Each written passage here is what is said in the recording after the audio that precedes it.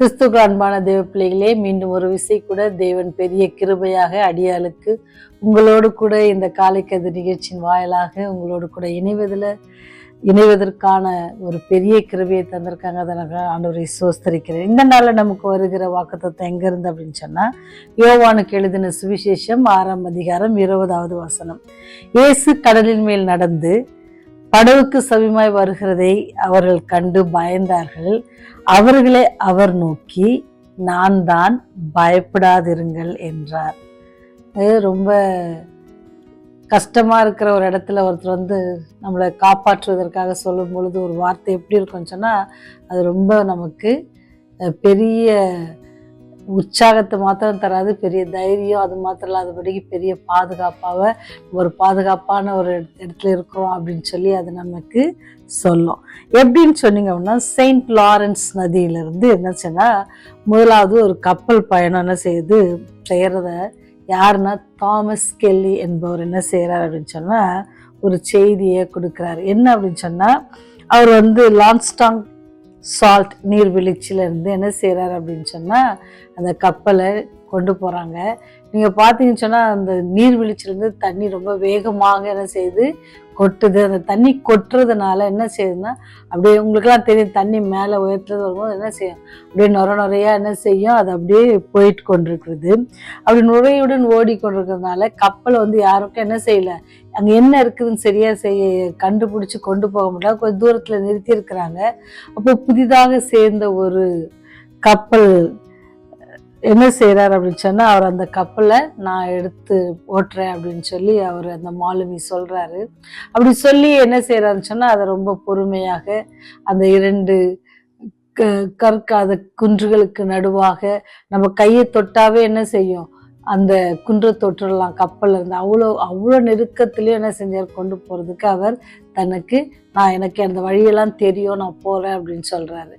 ஏன்னு சொன்னா, அவர் நங்குரத்தை போட்டுட்டு என்ன செய்யறாருன்னா, அதை கையில பிடிச்சிட்டு அப்படியே அவரு போய் அதை என்ன செஞ்சார், போக வேண்டிய இடத்துக்கு அவர் அழகாக கொண்டு சென்றுட்டார். சரிங்களா? சுக்கான கையில பிடிச்சு அவர் என்ன செஞ்சார், அவரு வேகமாக ஓடிக்கொண்டிருந்த அந்த தண்ணீர் மேல என்ன செய்யறாருன்னா, அந்த நீரோட்டத்தின் வழியா கப்பலை ரொம்ப அழகா செலுத்துறாரு. நீர்வீழ்ச்சிகள் மற்றும் அவங்கள எல்லாரும் அவருடைய எண்ணெல்லாம் எங்க இருந்துச்சுன்னா, அந்த இலக்கை நோக்கி நம்ம எப்படி ஆச்சு போயிடணும் அப்படின்னு சொல்லி போயிடுறாங்க. சரிங்களா? பயத்தோட. ஆனா அங்க இருந்தவங்களுக்குலாம் கொஞ்சம் பயம். எப்படி சீஷர்கள் ஆண்டவர் நடந்து வருவதை பார்த்து பயந்தாங்களோ, ஆண்டவர் வந்து அவர் என்னது, அவர் கூட இருந்தாவே நமக்கு என்ன நடக்கும், எல்லாமே நன்மையாக நடக்கும். அதனால நமக்கு பயம் தேவையில்லை. இதே போலதான் இந்த தாமஸ் கெல்லி என்னன்னா, எனக்கு அந்த ரூட் எல்லாம் நல்லா தெரியும், அதனால நான் போவேன், நான் கண்டிப்பா பத்திரமா போவேன் அப்படின்னு சொல்லி என்ன செய்யறாரு, வழி நடத்துறாரு. அதே போலதான் நீங்களும் நானும் நம்மை நோக்கி வருகிற எப்படி நீரோட்டம் போல வருகிற பிரச்சனைகள், நம்ம கண்ணுக்கே அதை எங்க வழின்னு கூட தெரியாத அளவுக்கு என்னது, நுரைகள் எல்லாம் மறைச்சிருந்து பாதை தெரியாம மாதிரி இருக்கும்.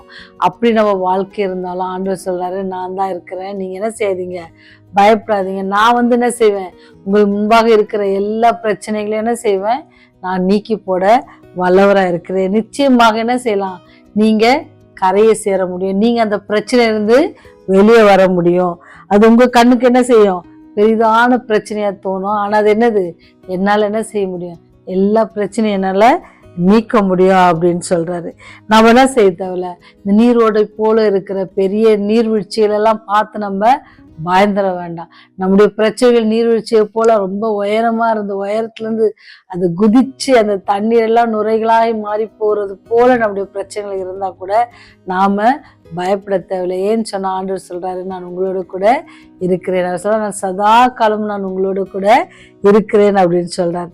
ஆண்டவர் நம்ம கஷ்டப்படுகிற நேரத்துல என்ன செய்வாரு, நம்மை காப்பாற்றுவதற்காக வருவாரு.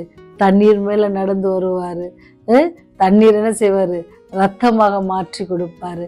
தண்ணீரை திராட்சரசமாக மாற்றி கொடுக்க வல்லமையுள்ள தேவனா இருக்கிறார். அதனால நம்ம பயப்படாதபடிக்கு ஏசாயா புஸ்தகத்து 41:10 வசனம் சொல்லல, நீங்க தண்ணீர்ல கடந்தால் நீங்க பயப்படணும், அது உங்க மேல பொருளாது, அக்கினியில் நடக்கும்போது நீங்கள் வேகாது இருப்பீர்கள் சொன்னார். ஆண்டவர் சொன்ன ஒவ்வொரு வாக்கு தத்தத்தையும் என்னது, நிறைவேற்றி காட்டின தேவன். அதனால நம்ம என்ன செய்ய தேவையில்ல, பயப்படத்துல. கடல் என்னும் வாழ்வில் கலங்கும் நம் படகில் சுக்கான் பிடித்து அவரே நடத்துவார். நீங்க நினைப்பீங்க என் வாழ்க்கை இப்படி இருக்குது, இதெல்லாம் அந்த கடல்ல என்ன செஞ்சு முழுகி விடணும் அப்படின்னு சொல்லி நீங்க கவலைப்பட தேவையில்லை. ஏன்னு சொன்னா அவர் சுக்கானை பிடிச்சு அவரை நடத்த காத்திருக்கார்ல. கடலினை கண்டித்து காற்றை கடலை அடங்கு அப்படின்னு சொல்லி, அமைதியா இரு அப்படின்னு சொல்லி அவர் அதட்டி என்ன செஞ்சாரு, அந்த பெரிய புயல்ல இருந்து காப்பாற்றினாரு. அப்படி காப்பாற்றின தேவன் உங்கள் வாழ்க்கையில, என்னுடைய வாழ்க்கையில புயல் போன்ற துன்பங்கள் கஷ்டங்கள் உங்களை நோக்கி இருக்குது அப்படின்னு சொன்னா கலங்காதீங்க, திகையாதீங்க. ஆண்டவர் சொல்றாரு, நான் சுக்கான் பிடிச்சு நடத்துவேன். இந்த கடல்ல இருந்து, கடல்ல இருந்து நீங்க வரணும்னா கூட என்னுடைய ரத்தத்தினால என்ன செய்வேன், கழுவி என்ன செய்வேன், உங்களை மீட்டுக் கொள்வேன். என்ன பிரச்சனையா இருந்தாலும் நான் என்ன செய்வேன், பாதுகாத்து கொள்ளுவேன் அன்று அப்படி சொல்றேன். நீங்கள் கரை சேரும் வரைக்கும் உங்கள் படகினை என்ன செய்வேன், நானே நங்குரமாக இருப்பேன் அப்படின்னு சொல்றாரு. எப்பேற்பட்ட அன்பான தெய்வம் ஆண்டவர். உங்களுடைய பிரச்சனைகளை உங்களை விட்டு தூரமா நிற்காதபடிக்கு, உங்கள் பிரச்சனையில் நீங்களும் நானும் பிரச்சனையில் இருக்கும்போது நம்ம இருக்கிற இடத்துக்கு அவரு வருவாரு. வந்து என்ன சொல்லுவாரு, பயப்படாதீங்க, நான் உங்க கூட இருக்கிறேன், நான் உங்களோடு கூட என்ன செய்வேன், உங்களை கரை சேர்ப்பேன் அப்படின்னு சொல்ற அன்பான கடவுள். நம்முடைய பிரச்சனைகளாம் தீர்க்கிறதுக்கு வல்லமையானவர். அவரே எல்லாத்துக்கும் அதிகாரியான கர்த்தர். அவரே அண்ட சராசரத்துக்கும் அதிகாரியான கர்த்தர். எல்லா தேவைகளையும் சந்திப்பதற்கு அவர்கிட்ட எல்லா வசதியும் இருக்குது. ஆனால் நாம் அவர்கிட்ட போய், ஆண்டவரே நீர் தான் எங்களுக்கு அப்படின்னு சொல்லி நீங்கள் அவர் பாத்துல விழுவீங்கன்னு சொன்னா, அவரோட பாத்துல நீங்கள் வேண்டிக் கொள்வீங்கன்னு சொன்னா, நீங்கள் வேண்டிக் கொள்வதை பெற்றுக்கொள்வேன் என்ற அந்த விசுவாசத்தோடு நீங்கள் போவீங்கன்னு சொன்னா கண்டிப்பாக அதை நீங்கள் பெற்றுக்கொள்ள முடியும். எந்த பிரச்சனையாக இருந்தாலும் அந்த பிரச்சனை அவர் உங்களை விடுவிக்க வல்லவராக இருக்கிறார். அப்பேற்பட்ட அந்த வல்லமுள்ள தெய்வத்தை அண்டிக்கொள்ள ஆசையாக இருக்கீங்களா? ஜெபம் செய்வோம். ஆண்டவரே, இந்த துன்பமான இந்த உலகத்தில் கடல் போன்ற பிரச்சனைகள் மத்தியில் ஆண்டவரே, நாங்கள் எங்களுடைய வாழ்க்கை என்னும் படகை நாங்கள் செலுத்தி கடந்து வந்து கொண்டிருக்கிறோம். கர்த்தாவே, நீரே நங்குரமாக இருந்து கரை சேர்க்க நீர் கிருபை செய்த வேண்டுமாய் கெஞ்சி கொண்டாடுகிறோம். பிரச்சனைகள் எவ்வளவு பெரிதாக இருந்தாலும் எல்லாவற்றையும் தீர்க்க வல்லவர் நீர் என்பதை நாங்கள் விசுவாசிக்கிறோம். அப்படி இந்த நேரத்தில் யாரெல்லாம் அதை விசுவாசித்து உடத்தில் வேண்டிக் கொள்கிறார்களோ கர்த்தாவே, ஆண்டவரே, அவர்கள் விசுவாசத்தில் விழுந்து தோய்ந்து போய்விடாதபடிக்கு தகப்பனே, அவளோடு கூட நீர் இடைப்பட்டு அவருடைய தேவைகளை சந்தித்து அவருடைய பிரச்சனையெல்லாம் நீக்கி போட்டு சமாதானத்தினை அவர்களுக்கு கட்டளிட வேண்டுமாய் கெஞ்சி கொண்டாடுகிற தகப்பனே, அன்பின் ராஜாவே, இந்த அன்பு எவ்வளவு பெரியது என்பதை ஒவ்வொரு நாளும் ருசி பார்க்க நீங்க கிருபை செய்யுங்க சாமி.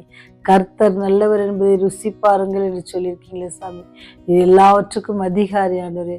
வானம் ஒரு சிங்காசனமாக இருக்கிறது, பூமியுடைய பாதபடியாக இருக்கிறது ஆண்டவரே. அதை நாங்கள் விசுவாசிக்கிறோம். வானத்தின் பல கனிகளை திறந்து நீர் எங்களை இடம் கொள்ளாமல் போக மட்டும் நீர் எங்களை ஆசீர்வதிப்பீர் என்று வாக்குத்தத்தம் கொடுத்திருக்கீங்க சாமி. அதற்கான கட்டளைகளை நாங்கள் பெற்றுக்கொண்டிருக்கிறோம் தகப்பனே. நாங்கள் எங்களுடைய வருமானங்களை ஆண்டவரே உமக்கு செலுத்த வேண்டிய காரியங்களை நாங்கள் செலுத்தத்தக்கதான ஞானத்தை தாங்க ஆண்டவரே. இப்படி ஊழியங்களை தாங்கத்தக்கதாக கிருபை செய்யுங்க சாமி. இந்த ஊழியத்தை சுமந்து செல்கிற ஒவ்வொரு பிள்ளைகளுக்காக ஜெபிக்கிறோம். இந்த வேலையின் கூட ஆண்டவரே, காலைக்கு நிகழ்ச்சியை ஆண்டவரே எடுத்து நடத்துகிற குடும்பத்திற்காக ஜெபிக்கிறோம் தகப்பனே. அவர்களை ஆசீர்வதிய கணவன் மனைவி மகனை ஆசீர்வதிங்க சாமி. அவருடைய தேவைகளை நீ அறிந்திருக்கிறீர் ஆண்டவரே. அவர்களுக்கு உதவியா இருக்கிற பிள்ளைகளுக்காக ஜெபிக்கிறோம் தகப்பனே. அவர்களை நீங்க ஆசீர்வதித்து வழிநடத்துங்க. அவருடைய தேவைகளை நீங்க சந்தித்தருளுங்க. அவருடைய எதிர்கால திட்டங்களை சந்தித்தருளுங்க சாமி. எல்லாவற்றினுடைய கிருபை இருந்து வழிநடத்துறோம் சாமி. எப்பொழுதும் எங்களோடு கூட இருங்க. அநேகர் இந்த சத்தியத்தை கேட்டு உடைய அன்பை புரிந்து கொள்ள ஆவியானவர் தான் ஒவ்வொருவரும் கூட இடைபட வேண்டுமா இயேசுவின் வழியை ஜெபிக்கிறோம் ஜீவனுள்ள நல்ல தகப்பனே. ஆமென், ஆமென்.